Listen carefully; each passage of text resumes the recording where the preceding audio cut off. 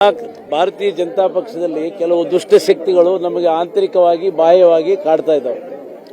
ಆ ದುಷ್ಟಶಕ್ತಿಗಳ ನಿಗ್ರಹ ಆಗಬೇಕು. ಮಹಿಷಾಸುರನ ಮರ್ದಿನಿ ಹೇಗಾಯಿತು ಹಾಗೆ ಆಗಬೇಕು ಅನ್ನೋಂಥ ದೃಷ್ಟಿಯಲ್ಲಿ ನಾವೆಲ್ಲ ಇವತ್ತು ಭಾರತೀಯ ಜನತಾ ಪಕ್ಷದ ಪರವಾಗಿ ಪಕ್ಷದ ಸಂಘಟನೆಗಾಗಿ ಪಕ್ಷದ ಬಲವರ್ಧನೆಗಾಗಿ ನಾವೆಲ್ಲ ತಾಯಿ ಆಶೀರ್ವಾದಕ್ಕೆ ಬಂದಿದ್ದೀವಿ. ಮಹಿಷನ ಮರ್ದನ ಆಗುತ್ತೆ ಅಂತೀರಾ? ಖಂಡಿತ ಆಗುತ್ತೆ. ತಾಯಿ ಆಶೀರ್ವಾದ ಮಾಡಿದ್ರೆ ಆಗದೆ ಇರೋದು ಯಾವುದಿದೆ ಇವತ್ತು? ಅದು ಉದಾಹರಣೆನೇ ಇದೆ ಮೈಸೂರಲ್ಲಿ. ಸರ್, ಈಗ ಹೈಕಮಾಂಡ್ ಯಾಕೆ ನಿಯಂತ್ರಣ ಮಾಡ್ತಾ ಇಲ್ಲ ಯತ್ನಾಳ್ ಅವ್ರನ್ನ? ಈಗ ಯತ್ನಾಳ್ ಒಂದೇ ಪ್ರಶ್ನೆ ಅಲ್ಲ, ಇಲ್ಲಿ ನಾವು ಹೇಳಿದ್ವಿ ಆಂತರಿಕ ಬಾಹ್ಯ ಎರಡು ದುಷ್ಟಶಕ್ತಿಗಳು ಇದಾವೆ ನಮ್ಮಲ್ಲಿ. ಲೀಡರ್ ತರ ಕಾಣ್ತಾರೆ ಯತ್ನಾಳ್, ಲೀಡರ್ ತರ ಕಾಣ್ತಾರೆ ಯತ್ನಾಳ್. ಅಂದ್ರೆ ಉಳಿದವ್ರು ಹೆಂಗ ಲೀಡರ್ ವಿತೌಟ್ ಫಾಲೋಯರ್. ಈಗ ಅವರು ಲೀಡರ್ ವಿತೌಟ್ ಫಾಲೋಯರ್. ಲೀಡರ್ ಯಾವಾಗ ಆಗ್ತಾನೆ ಅಂದ್ರೆ ಫಾಲೋಯರ್ಸ್ ಇದ್ದಾಗ. ಈಗ ಅವರು ಬೀದರ್ ಜಿಲ್ಲೆಯಿಂದ ಪ್ರಾರಂಭ ಮಾಡಿದ್ದಾರೆ.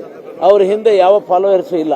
ಭಾರತೀಯ ಜನತಾ ಪಕ್ಷದ ಯಾವ ಕಾರ್ಯಕರ್ತರಾಗಲಿ, ಅಧ್ಯಕ್ಷರುಗಳಾಗಲಿ, ಮಾಜಿ ಶಾಸಕರುಗಳಾಗಲಿ ಯಾರೂ ಇಲ್ಲ. ಅಂದರೆ ಏಕಾಂಗಿಯಾಗಿ ತಾನೇ ಸ್ವಯಂಕೃತ ಲೀಡರ್ ಅಂತ ಹೇಳ್ಕೊಂಡು ಹೋದ್ರೆ ಲೀಡರ್ ಆಗೋದಿಲ್ಲ.